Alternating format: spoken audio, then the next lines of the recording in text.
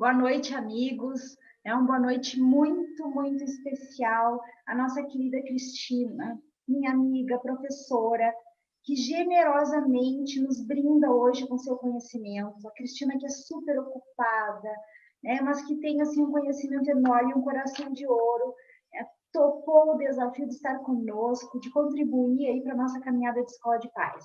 Então, nossa gratidão, Cris, e nossa já alegria de te ter conosco, sabendo de tudo que tu pode contribuir aí para a nossa formação. Gente, quem é a Cristina, né? Como eu disse, ela é minha amiga, minha pro, muito do que eu sou, né? Ela me constitui como pessoa, como profissional.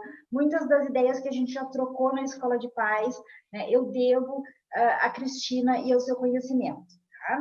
E não é à toa que ela é tudo isso e muito mais do que eu estou falando. Ela tem uma formação maravilhosa, ela é psicóloga, terapeuta de casal e família, terapeuta e educadora sexual, terapeuta certificada em EMDR, mestre em psicologia clínica pela PUC do Rio de Janeiro, especialista em gênero e direito da Emerge, especialista em sexualidade humana pela SBRASH. Ela é presidente da ATF Rio de Janeiro, né?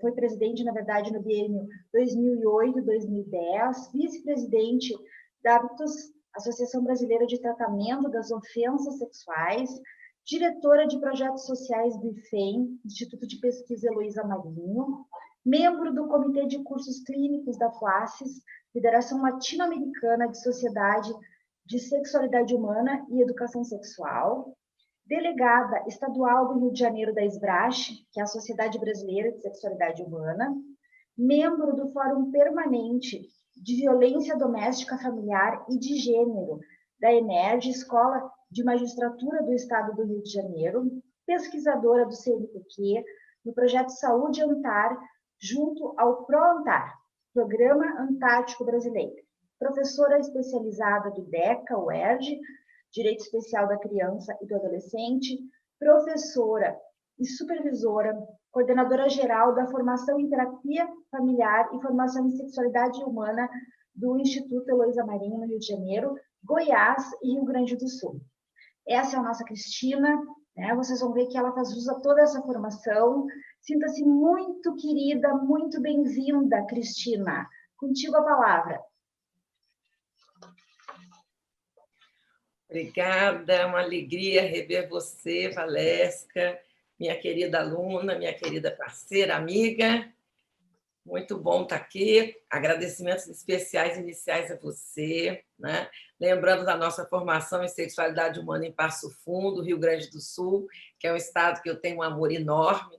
Me sinto já meio gaúcha, de tanto que vou a Passo Fundo desde 2011, já se vão quase 10 anos. E eu hoje tenho a alegria de contar aqui com a condução segura da doutora Valesca, comigo aqui.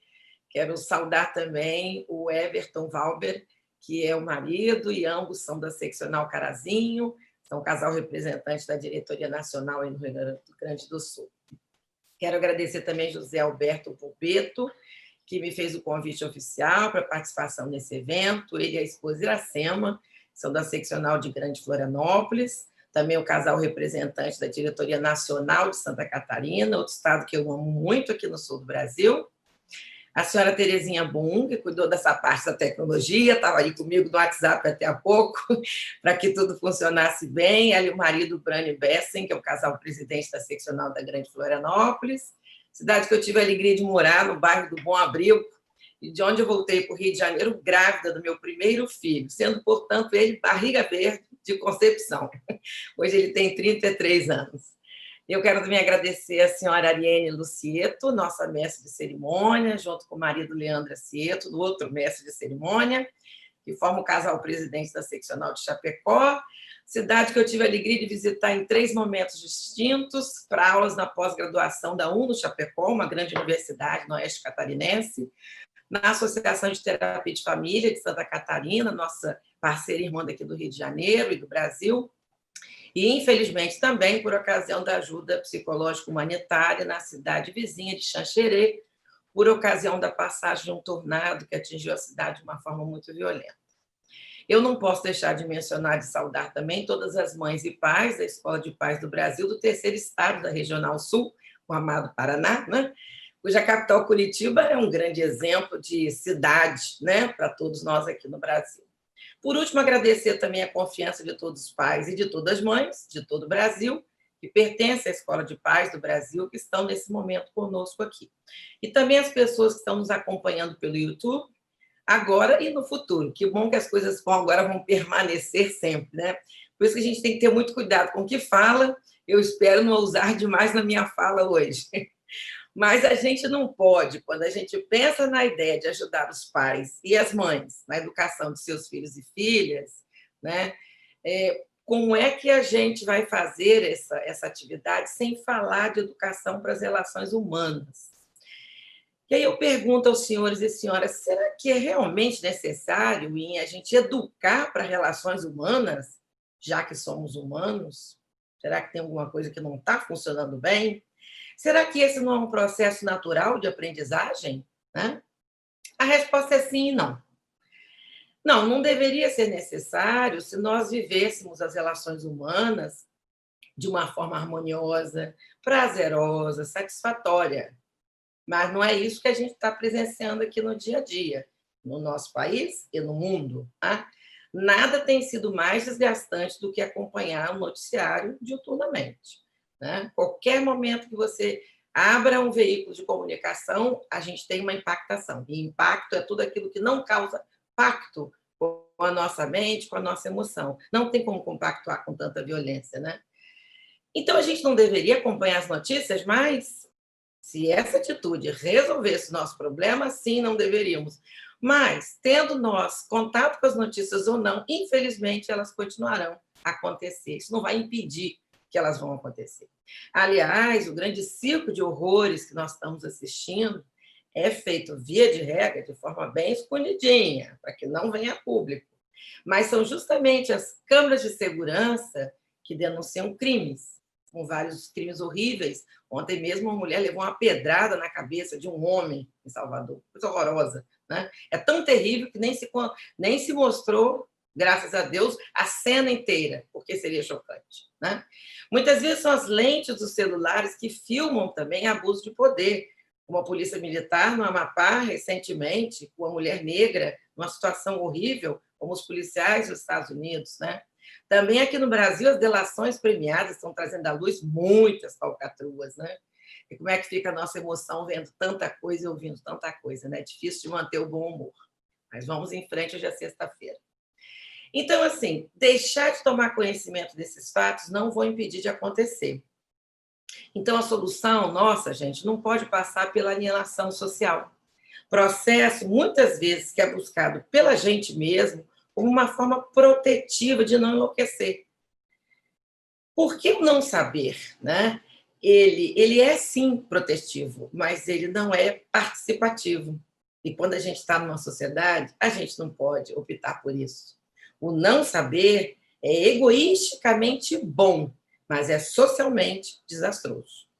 Assim, só nos resta inteirar-se dessas notícias, mas com um olhar crítico, embasado, que nos forneça subsídios para a mudança social tão necessária para aquelas tais relações humanas para as quais a gente quer se preparar. Então, o nosso agir e o nosso pensar são baseados nas nossas crenças. Existe uma coisa chamada sistema de crença, que move o nosso andar, o nosso pensar, o nosso agir. Né? E isso em relação a nós mesmos, ao mundo que nos cercam e todos aqueles reinos que a gente aprendeu na escola. Reino animal, reino vegetal, reino mineral. Mas nós temos que nos perguntar como é que as nossas crenças andam, por exemplo, em relação ao reino mineral. Como é que a gente está, minha gente? Nós temos que nos perguntar se a gente tem ainda que aceitar, por exemplo, extração de recursos minerais, poluindo o meio ambiente, como a contaminação de mercúrio, de chumbo, de amianto. Será que passivamente a gente vai continuar assistindo pessoas tendo lucro a qualquer preço, mesmo espoliando as populações próximas desses locais de extração? Ou ainda, a gente não se importa com a vida que os mineiros têm, até essa realidade bater a nossa porta, como aconteceu em agosto de 2010, com 33 mineiros que ficaram soterrados a 700 metros de profundidade na mina de San José, no Chile. Aí a gente se acorda pelas condições de total desigualdade, de falta de condição de exercer uma profissão digna. E no mundo vegetal? Como é que a gente vai aceitar a destruição dos biomas, como nós estamos nesse momento, com queimadas fora de controle no Pantanal e na Amazônia, alterando completamente o clima mundial, o clima nacional, o clima regional, por interesse de quê? Madeireiras, grileiros, que derrubam florestas. Como é que ficam as nossas crenças? Continuamos sem nos pronunciarmos sobre isso? Que torna o ar irrespirável para todos e todas nós, para as nossas crianças, para a população dos idosos. Anteontem, eu não sei se vocês aí do Sul viram, mas um piloto filmou uma cortina de fumaça sobre a cidade do Rio Grande do Sul. Então, a gente pensa assim, o que eu tenho a ver com o Pantanal, o que eu tenho a ver com a Amazônia? Eu, então, que sou pesquisadora social do CNPq lá no ProAntar da Antártica, o que a gente tem a ver com os pinguins, leões marinhos e foca? Não nos iludamos, minha gente. Nós estamos hiperconectados. Não é só nos cabos de fibra ótica na internet. Nós estamos conectados neste mundo. Se vocês já pararam para pensar que todo lixo que nós produzimos no planeta não sai do planeta, ele continua aqui, ele pode ser o aterro sanitário numa cidade mais pobre, num país mais pobre, não é? Porque é assim que os países ricos testam vacinas nos países mais pobres, né? A gente não pensa nisso, né? Como é que é? Nós estamos mais do que nunca conectados. Não nos iludamos. O que acontece com as patinhas das onças pintadas do Pantanal, feridas e queimadas por conta dos incêndios criminosos, nos afeta, porque afeta o equilíbrio da natureza. E aí, com isso, eu me remeto ao início da década de 60, quando o meteorologista americano Edward Lorenz cunhou uma tese, provou, inclusive, a tese, né, que começou a se chamar depois de teoria do caos. E ele cunhou uma frase muito famosa, que vocês devem conhecer, que diz: o bater das asas de uma borboleta no Japão pode causar um tufão nos Estados Unidos. Ou ainda, os mais nacionalistas dizem que o bater das asas de uma borboleta no Brasil pode causar um furacão nos Estados Unidos ou no Japão. Não importa o local onde vai começar. Importante é saber que qualquer início incipiente ele pode ter um resultado desastroso. Foi o que aconteceu no Morro do Bumba, na cidade de Niterói, onde eu comecei minha ajuda humanitária, psicológica, voluntária. Eu era presidente da TEF na ocasião, e foi um lixão que a prefeitura deixou que crescesse a ponto de se compactar como um morro. E as pessoas construíram casas em cima desse lixão. O que aconteceu em 2010, quando houve uma grande tempestade no Rio de Janeiro e Niterói, aquilo colapsou e várias pessoas morreram, né? Então, eu não posso saber, pensar, esquecer que qualquer coisa que aconteça em qualquer lugar do país, da nossa cidade, no nosso mundo, tem a ver com a minha omissão ou com a minha participação. E o Lawrence mostra, na sua teoria, que uma mudança, então, muito pequenininha, nas condições iniciais de uma situação, leva a efeitos imprevisíveis e consequências enormes e absolutamente desconhecidas no futuro. Então, esse é o grande risco das nossas ações. E a gente sai por aí fazendo coisa sem atinar para elas.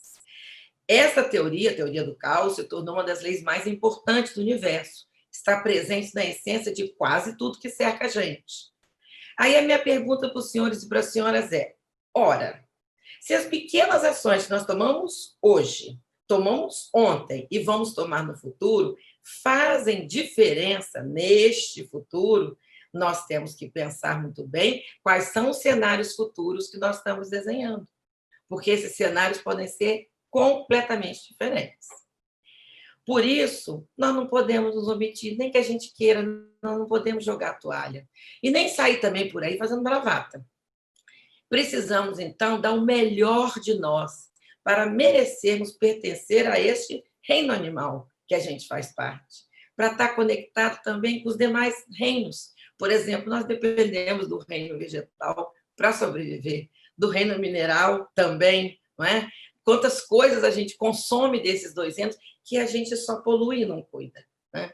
Em outras palavras, nós precisamos nos reeducarmos, Ou melhor, talvez até dizendo, educarmos. Porque eu não sei se, de fato, minha gente, eu vou fazer 60 anos, eu não sei se a gente já foi, ao longo dessa minha pequena existência, eu não me recordo de ter sido educada especialmente para conviver com outros seres humanos. A gente recebe na família, na escola, né? E às vezes nas igrejas, nas comunidades, formas de lidar, mas será que de uma forma tão compacta, tão direcionada? Não sei, as coisas ficam às vezes muito no ar.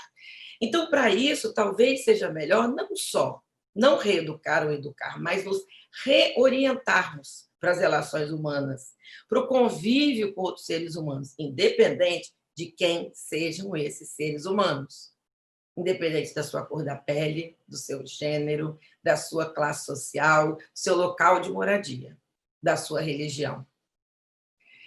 E por que eu estou falando em orientação para as relações humanas e não mais em educação? Porque, na verdade, gente, educação é um processo assistemático. Ele ocorre todo dia, todo tempo, toda hora. E com um detalhe terrível o processo educacional, é que ele ocorre sem que a gente se dê conta do quanto nós estamos educando ou deseducando nossos filhos e filhas, nossos netos e netas, nossas crianças e adolescentes. Porque tudo que nós falamos e fazemos diz muito mais de nós e serve de exemplo para todas as pessoas que nos cercam. É para as crianças e adolescentes ainda, serve como um modelo a ser seguido, como regra a ser copiada. Então, todo cuidado é pouco. E nos tempos atuais, onde tudo fica perpetuamente gravado, registrado, monitorado, tudo pode se tornar algo que possa vir contra a gente, é uma prova documental. E será que esses haters da internet, eles não pensam nisso? O quanto fica gravado para o resto da vida? Não só a atitude que eles fazem, mas o que causa nas pessoas que sofrem? Será que a gente está com uma compaixão tão baixa assim? Então, eu penso que o melhor é nos conscientizarmos do poder do exemplo e agirmos de forma consciente do nosso papel, que a sociologia nos ensina, de que pais e mães são os agentes socializatórios por natureza, por excelência, por primazia, e que a escola e as demais instituições, como igreja, Estado, sociedade, também terão papel preponderante nessa tarefa de orientação, né, e educação. E aí, eu já expliquei o que é educação. Então, qual é a diferença entre os termos? Enquanto que educação é um processo permanente e assistemático, do qual eu nem me dou conta que está acontecendo, a orientação é diferente. A orientação é um processo pontual, sistemático, tem hora para começar, tem hora para acabar, e tem um propósito. E eu sou ciente desse propósito, né? Assim como esse webinar. Tem hora para começar, tem hora para terminar, tem um objetivo, que é pensarmos juntos e juntas maneiras mais acolhedoras de vivermos as tais relações humanas no reino animal em parceria com o reino vegetal e mineral. Mas, falando em reino, eu acho que às vezes nós somos mais animais do que humanos. Tomamos o todo pela parte. E aí eu quero me relembrar, eu entrei na faculdade de psicologia em 1979, fui a primeira aluna do primeiro curso de psicologia da Universidade Federal do Espírito Santo, eu sou capixaba, moro do Rio, mas sou, né, de Vitória. Me recordo que os meus professores, nessa época, em 79, lá se vão 35 anos mais, 40 anos, né, 35 eu tenho de formado, um dos meus professores trouxe a ideia de um psicanalista argentino chamado Gregório Barenblit, e a despeito que as pessoas falam muito mal, tem muitas coisas maravilhosas nos argentinos e na Argentina, nossos vizinhos queridos, né? Tirando a grande desavença do futebol. O Barenblit já nos dizia e nos alertava para as 3 feridas narcisísticas que a humanidade sofreu. A primeira ferida narcisística foi graças a Copérnico, que provou que o Sol não orbita em torno da Terra, e sim a Terra em torno do Sol. Então, com isso, nós descobrimos, lastimosamente, que não somos o centro do universo. É o Sol, a grande estrela da nossa galáxia. Estamos lá, terceiro planetinha. Né? Segundo, foi a ferida narcisística de Darwin, que provou que nós não somos seres superiores, que descendem dos deuses, como pensavam os egípcios, né? O faraó era filho direto lá das divindades, mas nós descendemos do mesmo ramo dos filhos dos macacos, já que nós somos primatas, né? Então, nós não somos deuses, somos animais. Temos uma conexão linda e divina, né? Com esses seres superiores que cada um nomeia do seu jeito. Mas nós não somos deuses, somos humanos. Apesar que muitas vezes a gente se acha meio Deus nas histórias, né? E a terceira ferida narcisística foi a de Freud, que provou que nós não estamos no controle das nossas vidas, já que não é a consciência que move o nosso comportamento, mas é o nosso inconsciente, mostrando que nós não dominamos nem a nós mesmos, que muitas das nossas ações são movidas pelos nossos impulsos, pelos nossos mecanismos de defesa, pelo nosso id, que quer prazer a qualquer custo, né? Então, eu já não sei se nós estamos fazendo uso desse ganho secundário, dessa tal ferida narcisística que o Barenblit nos traz, né? Que nos esfrega na cara de uma maneira assim um pouco assustadora, né? Não sei se nós estamos intensificando muito essa nossa origem do reino animal, né? E esquecendo um pouco que nós somos da classe dos mamíferos. Uma das características grandes dos mamíferos é que eles alimentam e cuidam das suas crias, não jogam. Alguém aí no Rio Grande do Sul, lá em Aparatos da Serra, que tem os vales, São José dos Ausentes, alguma vaca já jogou, algum bezerro porta fora, assim? Vocês já viram alguma vez? Lá na Serra do Rio do Rastro, um cavalo parar e jogar um cavalo pequeno, um pônei? Nunca vimos isso. Nós vimos que quando um bebê, né, de animal nasce com dificuldade, a vaca vai lá, lambe, o cavalo vai lá, lambe, a égua lambe, tenta, vão lá, meu filho, levanta. Eles dão de tudo. E depois que esse potrinho levanta, vai acompanhando o seu grupo familiar. Mas nós não, nós jogamos crianças pela janela, nós deixamos crianças sem se alimentar, nós invadimos o corpo das nossas crianças em ofensa sexual. Mas que raio de mamíferos que nós somos, hein? Nós intensificamos também mais o nosso lado animal do que a nossa ordem de primatas. Os primatas pensam, raciocinam, são frutos da revolução cognitiva, são sujeitos que devem ter pensamentos abstratos, tipo justiça. Justiça não existe, é um pensamento abstrato. Ter sentimentos, felicidade, você não consegue pegar, não é? A gente esquece que a gente pensa, porque a gente agride. Talvez nós também estamos identificando o nosso lado mais animal do que da nossa família dos hominídeos, que deveriam viver de forma harmônica e igualitária em sociedade, não na espoliação do mais fraco. O que nós estamos ensinando para os nossos filhos e filhas nas nossas relações humanas? Intensificamos também mais o nosso lado animal do que o nosso gênero homo, onde supostamente machos e fêmeas homo deveriam ter o mesmo peso e valor. Mas os machos homo matam as fêmeas homo. Mas as fêmeas homos não matam os homens, os machos homos. Então, tem alguma coisa muito deplorável nessa missão e visão machista dos homo. Intensificamos também o nosso lado mais animal do que da nossa espécie de Homo sapiens, que deveríamos usar a sabedoria em prol da humanidade, e não a destruição de natureza onde vivemos, destruição de autoestima de criança com bullying, destruição de adolescentes com stalking, destruição de vida de mulheres adultas com fenômenos do gaslighting, do bro-propping, do mansplaining, do mansinterrupting. O que nós estamos fazendo com as nossas mulheres? Nós somos muito pouco sabidos para nos intitularmos de Homo sapiens, como saímos por aí fazendo e falando barbáries. Será que se os neandertais tivessem ganhado o embate com os sapiens, que ocorreu por volta de 100 mil anos, os neandertais ganharam primeiro, mas 70 mil anos depois, como nos relata Yuval Noah Harari, os homens que ganharam foram os homens sapiens, não os neandertais. Será que se os neandertais tivessem ganhado, nós seríamos animais melhores com as nossas fêmeas? Não saberemos. Efeito borboleta, não dá para saber. Se tivesse mudado lá, né? Enfim. Então, é tão inconcebível acreditar que um macho, um Homo sapiens, mata tão facilmente uma fêmea Homo sapiens só porque ela é fêmea. Será que nós estamos criando uma nova subespécie humana, o Homo assassinos? Talvez. Eu acho que nós estamos diversificando a raça humana. Está muito estranho o que nós estamos fazendo. Porque eu acredito que um homo que tem a coragem de matar outro homo não deveria mais se chamar Homo sapiens. Não faz o menor sentido carregar a pecha sapiens se não há sabedoria alguma nessa ação.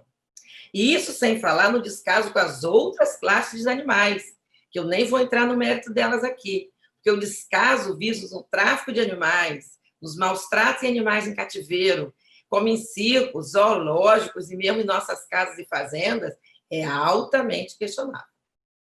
Mas, voltando para a educação e orientação, dentro da proposta de Paulo Freire, de que a educação não transforma o mundo. A educação muda as pessoas, e são as pessoas que transformam o mundo. Então, mirando essa transformação que Paulo Freire nos exorta, sobre o que precisamos, então, orientar as nossas crianças e adolescentes para as relações humanas. E mais, senhores e senhoras, sobre o que nós devemos nos reorientar. Eu vou elencar aqui 4 pilares que eu acredito bastante neles. E eu entendo como se fosse 4 pontas de uma bandeira, vamos dizer assim, entre aspas, que a gente deveria empunhar quando saísse de casa, e especialmente dentro de casa, mas também que a gente pudesse se enrolar nela para realmente ser absorvida por osmose por essa ideia. Seria uma bandeira que contemplasse o respeito ao gênero, o respeito à diversidade, o respeito à inclusão e a reedição das virtudes. É preciso que tenhamos sempre o respeito no centro, norteando as nossas ações e contemplando esses 4 campos, que eu vou chamar de bandeira, vou fazer um acrônimo aqui. RG de vir. R de respeito, G de gênero, D de diversidade, I de inclusão, vir de virtudes. Mas antes de falar desses 4 pilares, eu gostaria de agregar a palavra ethos, que vem do grego, que significa comportamento, ação, atividade. E é dela, inclusive, que deriva a palavra ética. Ética é, portanto, o estudo do comportamento das ações, das escolhas e dos valores humanos universais, isto é, para todas as pessoas, em todos os tempos, em todos os lugares, sem restrições, sem acepções, sem exclusões. Mas não é isso que a gente vê no dia a dia, não. Muito pelo contrário. Percebemos uma série de comportamentos, de modelos de ética, como se fosse possível a ética comportar opções. A moral, sim, pode variar em determinada época e lugar, mas a ética não permite variações, o nome dela. René Descartes afirma que, humanamente, não existe um ser que seja feliz sem que o outro seja também. Então, de acordo com Descartes, nós estamos nos deshumanizando cada vez mais, porque nós estamos cada vez mais voltados para nós mesmos, autocentrados, só com o nosso mundo, nossas vontades é que importam. Assim, nós estamos deixando de cumprir o tal do respeito às questões humanas, que envolvem esses 4 itens, né? Então, eu vou propor aqui para vocês, ousadamente, um ethos regedivir, um ethos que contemple respeito à regra número 1 das relações humanas. E vou começar com o primeiro desses pilares, o gênero, que é uma palavra tão bonita e interessante, mas que conseguiram avacalhar e esbofetear na cara da gente. Hoje, quando a gente fala em gênero, as pessoas já pensam lá, vem mimimi, vem fifi, que é fofinho, como os espanhóis falam, fifi, né?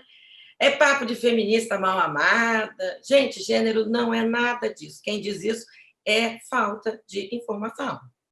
Falar de gênero é falar de relações de poder desigual entre homens e mulheres. É basicamente isso, nada além disso.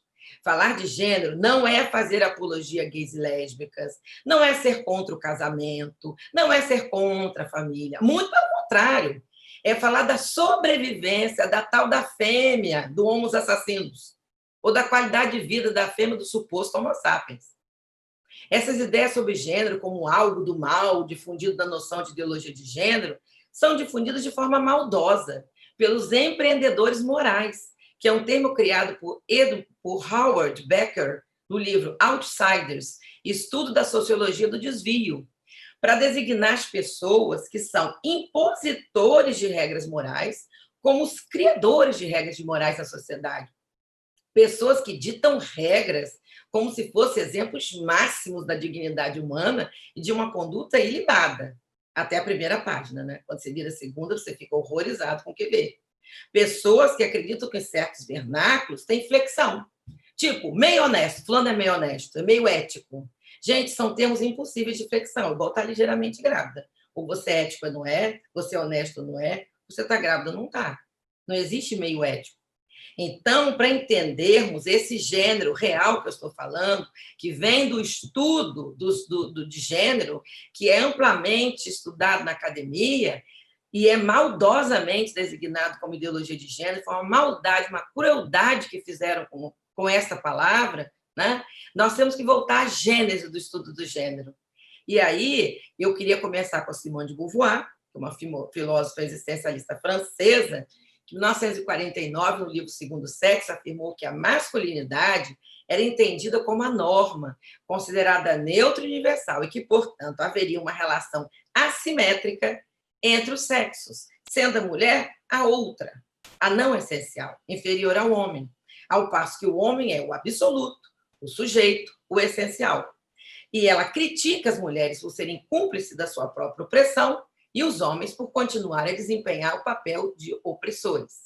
Na década de 60, nós vamos ter os trabalhos da Margaret Mead, né, que estudou bastante população como antropóloga, né? Eu não vou poder me adentrar muito, porque eu estou vendo que a hora está andando.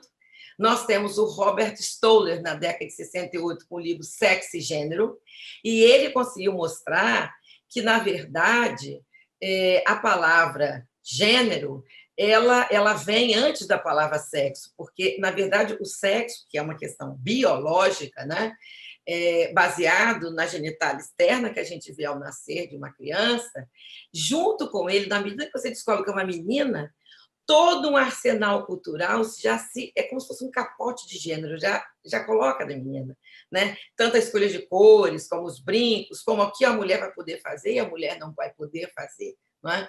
Então, qual é a grande questão do gênero que a gente tem que ficar atenta? Né? É provar que as mulheres, antigamente, eram consideradas inadequadas para os papéis reservados aos homens, não porque era uma determinação natural e inata de inferioridade, mas porque elas careciam de uma educação formal. Não se investia numa educação da mulher com a mesma monta que se investia na educação dos homens. E para serem cidadãs politicamente informadas e responsáveis, capazes de se sustentar e de serem independentes, e de se autogovernar e governar outras pessoas, elas precisam ter a mesma chance de acesso, as mesmas oportunidades, com condições. Porque, às vezes, eu tenho oportunidade e não tenho condição de desfrutar dessa oportunidade. Né? Então, o que, na verdade, as feministas, nos anos 70, 80, queriam mostrar era tentar lutar por uma paridade com os homens. Não era matar os homens. A gente precisa dos homens, mas precisamos das mulheres vivas também. Não é? Mas mostrou-se que os homens gozavam de privilégios maiores. Né? Você vê que até hoje uma mulher e um homem, quando exercem a mesma função, infelizmente o homem ganha de 2 a 3 vezes mais pela mesma função que a mulher. Os homens chegam a cargos de chefia nas grandes empresas, são CEOs das empresas, as mulheres não conseguem chegar. Não é? Basta olhar para o nosso lado, como a gente vai ver como é que é diferente. Né? Então, o que a gente teve também com a Joanne Scott na década de 80, né? Ela escreveu um livro chamado Gênero, uma categoria de análise histórica. Ela afirmou que gênero é o primeiro modo de dar significado às relações de poder, que gênero significa o saber e o respeito das diferenças sexuais, e que gênero é a organização social da diferença sexual. Então, para ela, o gênero é constituído por relações sociais baseadas nas diferenças do sexo, né? E se constitui no interior das relações de poder, no sentido que nos fala Michel Foucault, quando afirma que as relações de poder, de dominação, de subordinação, nascem e são construídas de uma disputa política. Na década de 90, terminando essa rápida pincelada sobre gênero, Thomas Laqueur, em 1992, publicou um livro chamado Inventando o Sexo, Corpo e Gênero, dos Gregos a Freud, e criou uma reviravolta muito grande ao afirmar que é o gênero que constitui o sexo, e não o contrário. Ele veio da medicina e ele remontou as pesquisas dele ao século XVIII, quando havia apenas um sexo, não sei se vocês sabem disso, o masculino, e a mulher era considerada um macho incompleto. É interessante isso, porque como o homem tem um órgão sexual externo aberto, né, para o exterior do corpo, ele vê o pênis, ele vê a bolsa escrotal todos os dias, né? As gôndolas estão lá dentro da bolsa escrotal. A mulher não, as gôndolas da mulher, em vez de estar para fora, como do homem, estão para dentro. É como se não tivesse nascido, descido, né? Enquanto que o pênis é um canal por onde sai a emissão de sêmen e de urina, é para fora, o canal da mulher é para dentro, a vagina. Então, a mulher é aquela que não nasceu, não brotou plenamente. Então, é um ser incompleto, né? Então, essas ideias vão constituindo o que é a mulher, né? E aí a pergunta para vocês, por que é importante trazer essas questões de gênero para falar de relações humanas? Porque a gente precisa parar de tratar as mulheres como o outro, da Simone de Beauvoir, ou como um macho incompleto, de Thomas Laqueur, mas como uma pessoa de igual potência, como são os homens. E entender que as possibilidades dadas a uma mulher estão relacionadas a uma construção social de gênero e não a seu sexo biológico. Ser mulher no Japão é diferente de ser mulher na África. Ser mulher em 2020 é diferente de ser mulher dos anos 50. Né? Então, ser mulher está vinculada às possibilidades sócio-históricas do lugar que a gente nasce e da nossa nacionalidade e do momento em que a gente nasce.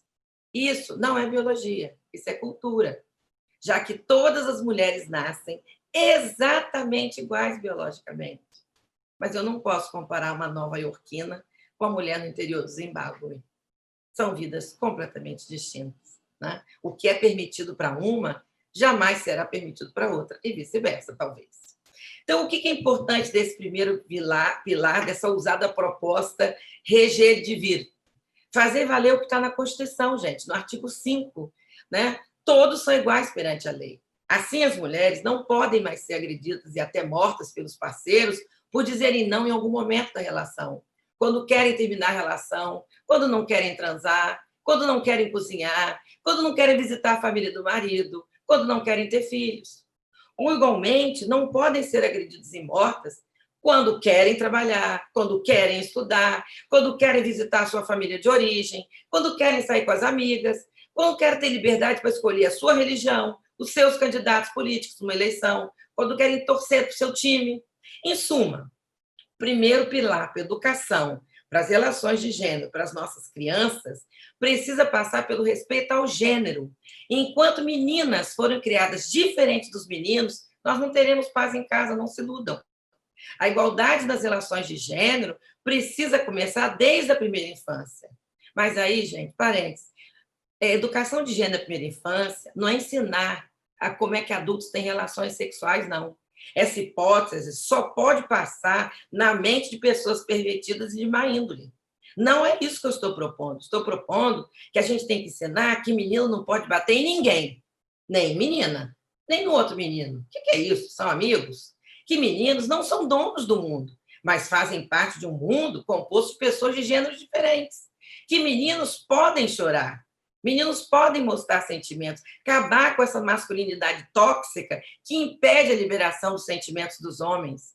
Que meninos não precisam ser só provedores, que mulheres também têm inteligência e condição de desenvolver atividades lucrativas e rentosas e dividir a casa de ombro a ombro. E que nem mulheres precisam de homem para viver, e nem homem precisa de mulher para viver, mas que viver junto, com amor, maravilhoso, é muito gostoso. Mas a gente consegue se bastar. Isso é empoderamento das mulheres e liberação dos homens por sentimento. A família se constrói no amor, sem dúvida, mas antes que a família venha o casal. E sem amor, a relação conjugal não se mantém. O investimento libidinal precisa ser de igual monta, de igual para igual. Enquanto nós criamos meninas para dentro da porta de casa, os meninos como donos do mundo, a licença para matar vai estar instituída. A licença para violar corpos femininos, desde a infância até a velhice, está autorizada. E continuarão a pipocar casos de ofensa sexual contra meninas, como os vários que nós acabamos de assistir agora das meninas lá do meu estado, infelizmente, uma de 10 e outra de 11 anos. Então, essa assimetria entre homens e mulheres faz com que seja necessário ter Lei Maria da Penha, ter lei do feminicídio. Essas leis são super necessárias, mas é uma vergonha para nós. É uma confissão social de que nós não soubemos criar meninos normais, homens com autocontrole, homens com sabedoria. Voltemos ao reino animal. Criamos animais, não seres humanos. Se não, vejamos. 880 mil estupros no Brasil por ano. Em média, 2.000 estupros por dia, gente. O que é isso? 50% desse número absurdo de estupros são contra meninas, com menos de 13 anos. Que licença, que autorização é essa que a gente está dando para a nossa juventude, a nossa niñez, para violar os corpos das meninas? São 4 estupros por hora. Enquanto eu estou aqui falando de educação para as relações humanas, 4 mulheres já foram estupradas no Brasil. Então, eu diria que há algo de podre no reino da Dinamarca, como diria Hamlet, em Shakespeare, né? Na verdade, há algo de muito podre no reino do Brasil, que cheira a carne feminina no matadouro, diria eu. Então, enquanto a gente não botar como primeiro pilar no respeito, respeitar as mulheres, as meninas, ao gênero, nós não temos como falar em educação para relações humanas. O segundo pilar, e eu vou correr um pouco mais com ele, é da diversidade. Vou falar somente de 2, diversidade religiosa, que é a possibilidade de cada um cultuar o Deus que lhe faz sentido. O nosso país não é cristão. O nosso país é cristão também, mas ele também é um país de muçulmanos, de judeus, de kardecistas, de umbandistas, de budistas, de fé bahá'í, de fé de matriz africana, de xamanismo, de kardecismo. O nosso Estado é laico e livre. E o respeito às religiões não permite que pastor evangélico saia por aí chutando Nossa Senhora Aparecida da Igreja Católica. E nem que as pessoas de igreja católica ou protestante invadam centros de umbanda e candomblé para chutar suas oferendas ou seus ídolos. Nós temos que pensar o seguinte: qual é o melhor Deus? É o que faz sentido para a gente. É o que faz sentido para o outro. Não existe o melhor Deus, existe o melhor respeito a quem tem fé. E fé é um privilégio, é igual a amar. A gente precisa ter fé, mas eu não posso dizer que meu Deus é melhor do que o seu. Eu preciso respeitar o seu Deus para que você respeite o meu. A outra coisa é a diversidade sexual. Eu preciso entender e aceitar que existem pessoas felizes com o gênero atribuído a seu sexo no nascimento. São as pessoas cisgênero. Mas também existem pessoas insatisfeitas com essa determinação, que são as pessoas transgêneros. São pessoas iguais, transgêneros e cisgêneros. Por que eu vou sair por aí matando os transgêneros? O Brasil, infelizmente, é o campeão mundial de crimes contra pessoas da população trans. Isso é uma peste, isso é uma marca horrorosa para o nosso país. Temos que entender que também existem pessoas que gostam de pessoas do gênero diferente do delas. São as pessoas heteroafetivas ou heterossexuais. Mas também existem pessoas que gostam de pessoas do mesmo gênero. São as pessoas homoafetivas. Existem ainda as pessoas que gostam de ambos os gêneros, são as pessoas biafetivas. E ainda existem as pessoas que não têm interesse sexual em nenhum dos gêneros, são as pessoas assexuais. Todas essas orientações sexuais são legítimas, e cada um que dê conta da sua e fique no seu quadradinho, e não resolva invadir o quadradinho do outro. Que ninguém se ache no direito de legislar na vida do outro. Como o meu vizinho vive a sua vida sexual, não me diz respeito. Ele também não diz respeito à minha. Eu tenho que respeitar. Ditar regras morais, como cada um pode, deve viver, nós temos que ter muito cuidado, porque isso é uma ideia de superioridade horrorosa, né? O terceiro pilar do Regedivir é a inclusão. Nada mais justo do que tratar desiguais de forma igual. Desiguais precisam ser tratados de forma diferente. Daí a necessidade de termos cota para a população negra, que ainda não atingiu o pé de igualdade com a população branca. O STF estaria tentando trazer espaço de propaganda para candidatos negros e brancos, espaço para as mulheres. Vocês sabem que na Bolívia 50% do parlamento é metade mulher, metade homem, e no Brasil nós temos as candidaturas laranjas de mulheres. É um horror, né?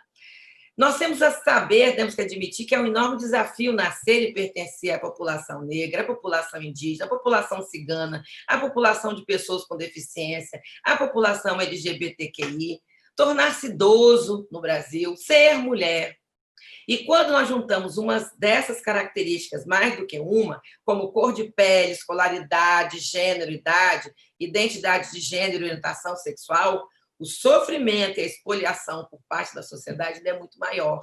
E isso é o que a gente chama de interseccionalidade, que é um conceito da americana defensora dos direitos civis e humanos, a professora de direito, Kimberly Crenshaw, que mostra que quando há uma sobreposição de identidades minoritárias, a opressão, a dominação e a discriminação é muito maior.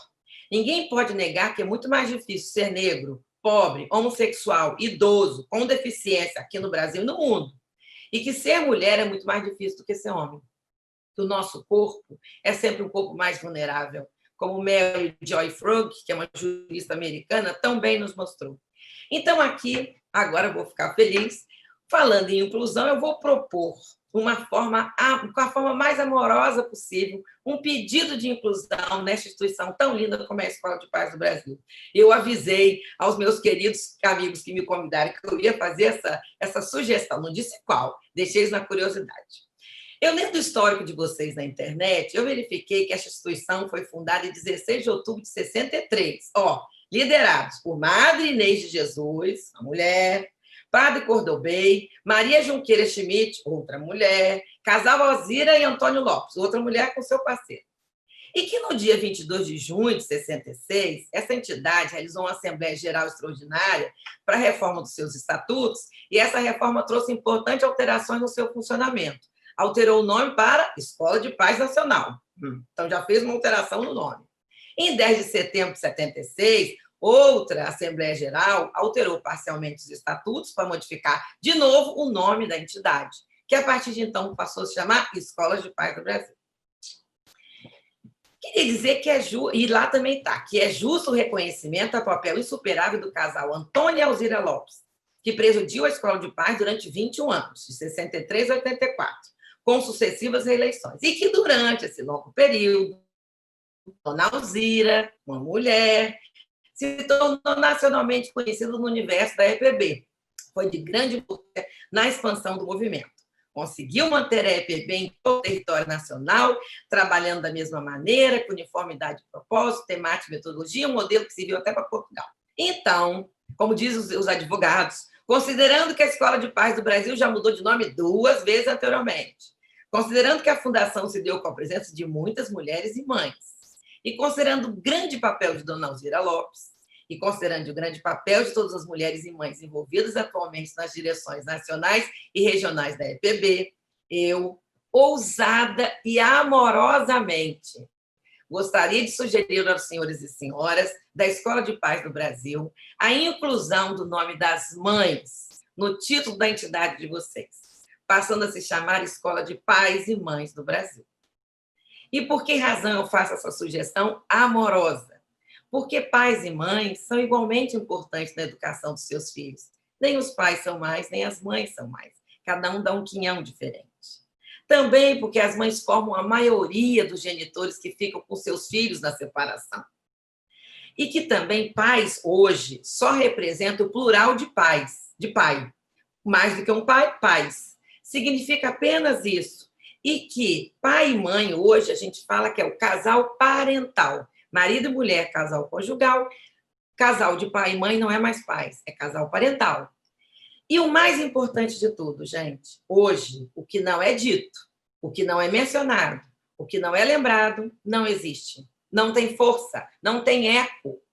A proposta é somar, é agregar, é se tornar mais forte, se tornar mais moderno, mais atualizado, repaginado. É um download maravilhoso.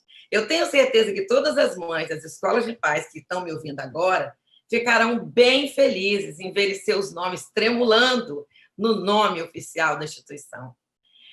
Mas isso é com vocês, pais e mães da Escola do Brasil. Mas eu creio que essa sugestão amorosa, que respeita o gênero, que fala de diversidade, que fala da inclusão, será, sem dúvida, um grande ato de virtude dos pais da instituição.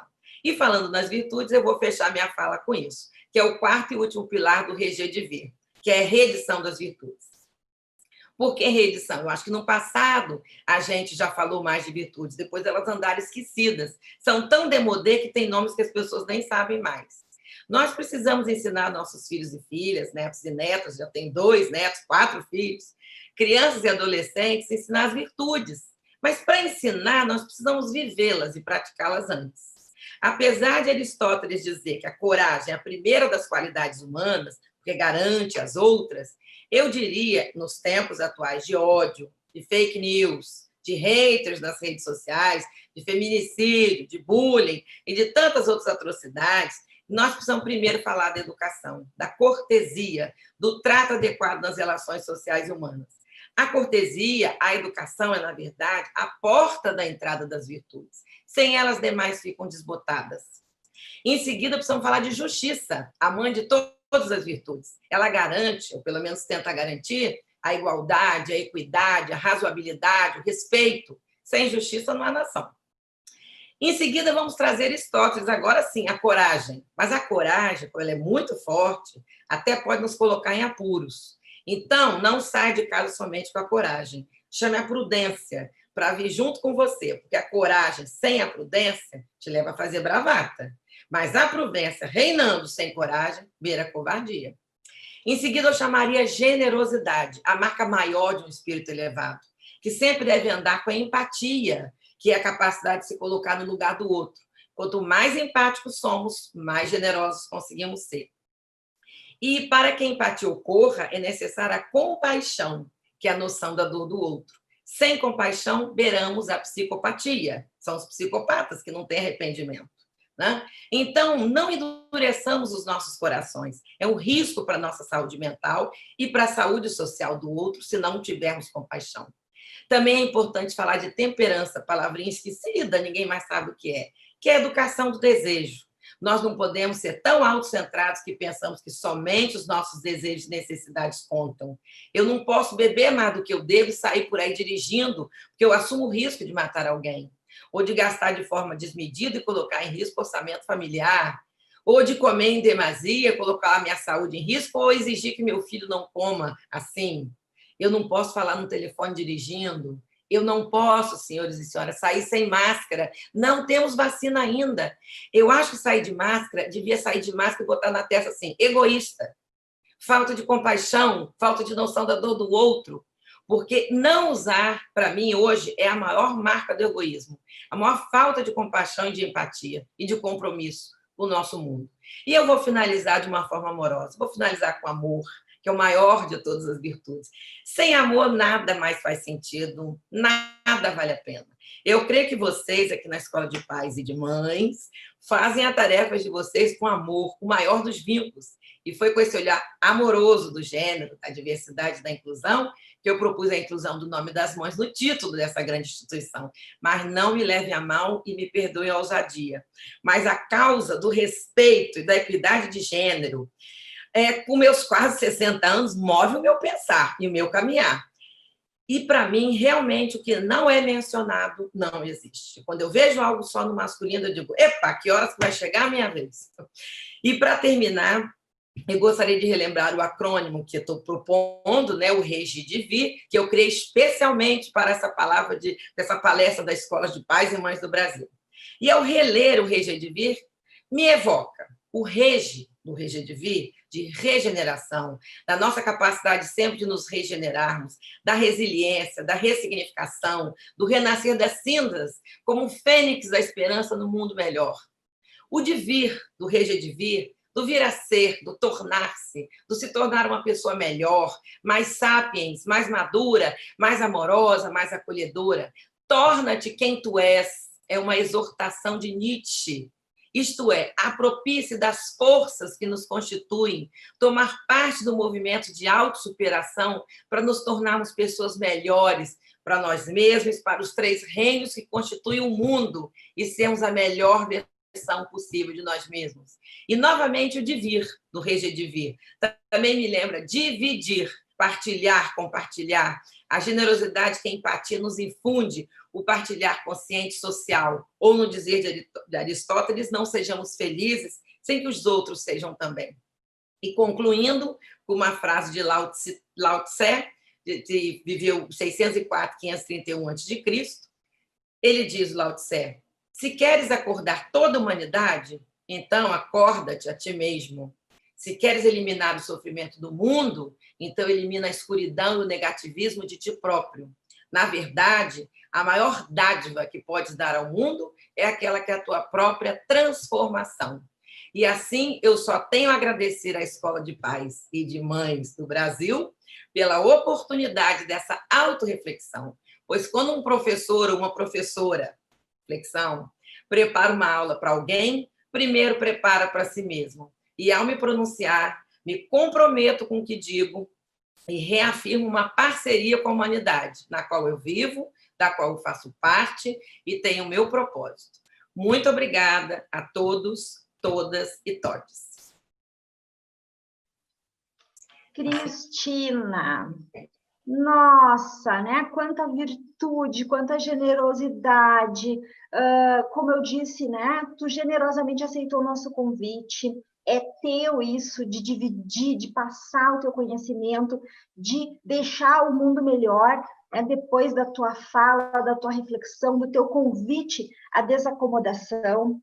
Então, muitas asas de borboleta eu identifiquei em mim, né? Aquelas asas que podem causar um furacão. Fiquei pensando quantas asas de borboleta nós temos na nossa escola de paz, aqui nas nossas cidades, nas nossas seccionais, o quanto nós precisamos pensar, né, nesses comportamentos que precisam incluir mais, né, que precisam mais respeito à diversidade, ao gênero, que precisam do desenvolvimento das virtudes, o quanto a gente tem uma travada. Enquanto você está voltando, né, vou dizer que é sempre uma grande responsabilidade, né? E a gente tem que lidar com imprevistos, assim. Eu acho que também, como nós, como pais e mães, às vezes lidamos com os imprevistos, né? Não sei se alguém... Caí, voltei. Voltei, desculpem, uma falha na conexão. Né?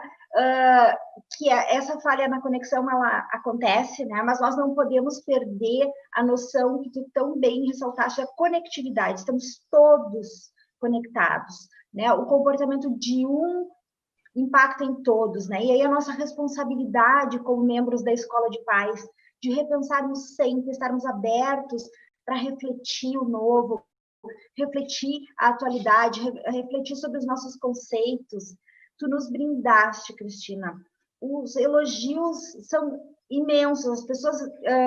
meio com a bochecha vermelha. Deixa eu te falar que as pessoas estão extasiadas, elas estão repetindo esse termo, estamos extasiados com a fala da Cristina, né? E trazendo assim muita empolgação com a tua sugestão assim da Escola de Pais e Mães do Brasil. Ai, que bom, namastê! Às vezes a gente acha que é um detalhe, né? Mas isso é um detalhe. Como tu bem destacaste, aquilo que não é falado, aquilo que não vem registrado, marcado, não existe. Né? Isso é juridicamente falando e culturalmente falando. Esses registros, eles falam de um comportamento, de uma posição, de uma forma de pensar. Então, muitos elogios aqui à tua sugestão. Excelente apresentação, gratidão. Então, assim, muitos elogios. Tá? Eu só tenho a te agradecer em nome da Escola de Pais do Brasil. Vamos ver se tem mais alguma pergunta aqui.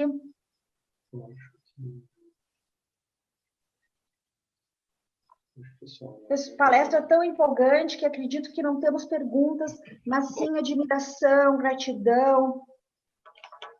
Não temos perguntas, mas muitas reflexões decorrentes da tua fala. Tá? Então, assim, a Escola de Pais do Brasil faz o seu caminhar a partir desses espaços de construção de saberes e reflexões. Sem dúvida nenhuma, hoje tu marca a história da nossa escola, nessa 7ª revisão.